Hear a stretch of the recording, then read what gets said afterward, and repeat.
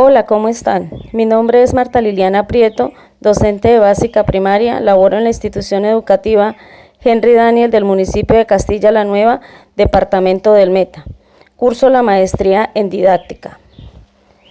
La realización de este video tiene como finalidad presentar un trabajo para la electiva didáctica de la matemática para primaria, acerca del análisis de contenido con la docente Marixa Martínez.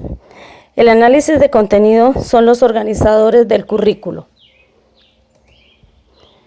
Me correspondió el pensamiento aleatorio en el grado cuarto.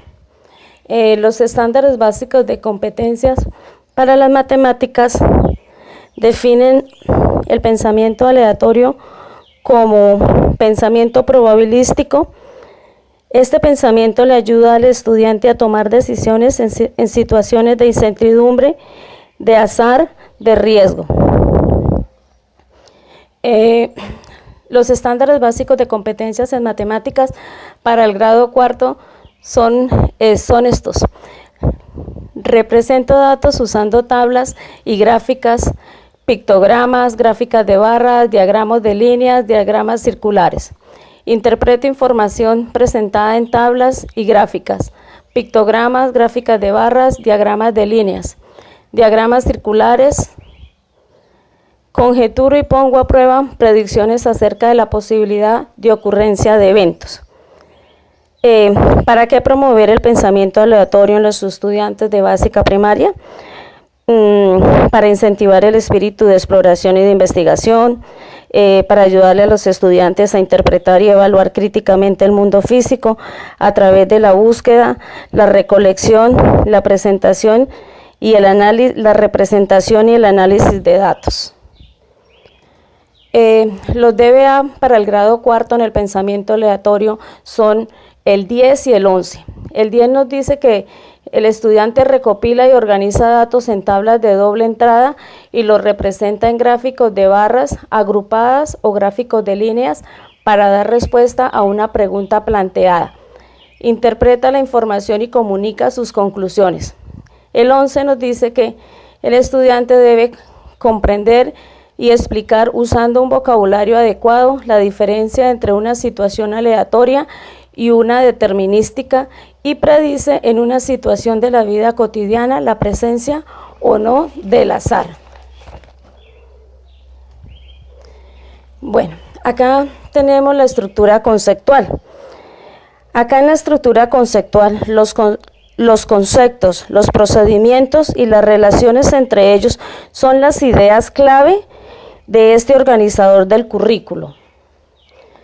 Acá encontramos la estadística y la probabilidad. La estadística es una ciencia que se utiliza para manejar un volumen elevado de datos y poder extraer conclusiones. La estadística, así como la matemática, fue creada y se ha desarrollado por el hombre en función de las necesidades sociales. Ha sido un largo proceso de evolución y perfeccionamiento. En cuanto a la probabilidad, todos en algún momento de la vida hemos familiarizado con algunas ideas de probabilidad, pues forma parte de la cotidianidad. ¿Quién no ha escuchado frases como probablemente en la noche llueva, si te pasas un semáforo probablemente te saquen un parte? El concepto de probabilidad se puede interpretar como algo incierto o algo que hace referencia o algo que puede suceder o no. Estas nociones de probabilidad en primaria debemos fortalecerlas a través de ejercicios sencillos, como la utilización del material concreto, con fichas, con balotas, con ruletas de cartón, con dados. Para la estadística y la probabilidad, los datos son la materia de intervención y se definen como los valores que toma la variable a estudiar. La comunidad con la que se hace el estudio es la población y el grupo que se selecciona de la población es la muestra. Luego encontramos las tablas de frecuencia. Estas nos permiten grabar de manera organizada los datos de un estudio estadístico con el número de datos que se repite un dato. Este valor se llama frecuencia. Ahora encontramos los diagramas. Estos pueden ser diagramas de barras, de puntos, de líneas, también diagramas circulares. Y los pictogramas. Bueno, entre los diagramas de barras, estas nos sirven para representar información estadística, establecer relaciones entre los datos y obtener información. Los diagramas de líneas y los diagramas de puntos se pueden interpretar tanto la relación de un tipo de datos con su frecuencia como el comportamiento de los datos al transcurrir el tiempo. En los diagramas circulares los podemos utilizar para representar la información estadística en una gráfica circular. Cada dato representa una fracción del total. Los pictogramas es algo que a los estudiantes les llama mucho la atención y les gusta, ya que ellos representan una información estadística utilizando dibujos. Cada dibujo equivale a uno o más elementos. Llegamos a los sistemas de representación. Estos sistemas de representación hacen referencia a los sistemas de signos que permiten designar un concepto. Entre ellos podemos encontrar los manipulativos, el simbólico, el gráfico, el pictórico y el verbal. Dentro de lo manipulativo podemos encontrar el material concreto, como es las balotas, las ruletas, los dados, entre otros. Lo simbólico, acá podemos encontrar la ecuación para hallar la probabilidad, que es P igual al número de probabilidades favorables sobre el número total de posibilidades. En cuanto a lo gráfico, hallamos los diferentes diagramas, como ya los habíamos mencionado. En cuanto a lo pictórico, encontramos pictogramas que representan la información estadística utilizando dibujos. Lo verbal son los enunciados o el lenguaje que se maneja en estadística. Llegamos a la fenomenología. Este es otro organizador del currículum que se apoya en la información proveniente de la estructura conceptual y los sistemas de representación. Es un elemento constitutivo del significado de un concepto desde una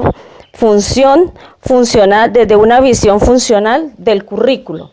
Como podemos ver, encontramos ahí los fenómenos, el problema que responde y el contexto fenomenológico.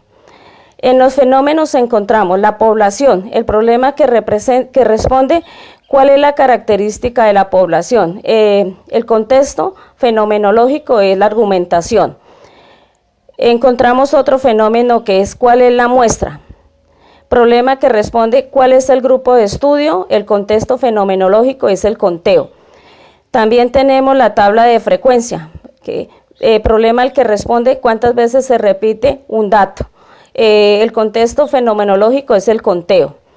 Tenemos también cómo elaborar un diagrama, problema al que responde cuál es su representación, contexto fenomenológico gráfico. Ahora encontramos realizar un pictograma, problema al que responde cuál es su representación, contexto fenomenológico es gráfico. Otro fenómeno, realizar un pictograma, problema al que responde cuál es su representación pictórica, contexto fenomenológico, la modelación. Tenemos otro, probabilidad de un evento, problema al que responde, calcula la probabilidad de, contexto fenomenológico operacional. Muchas gracias.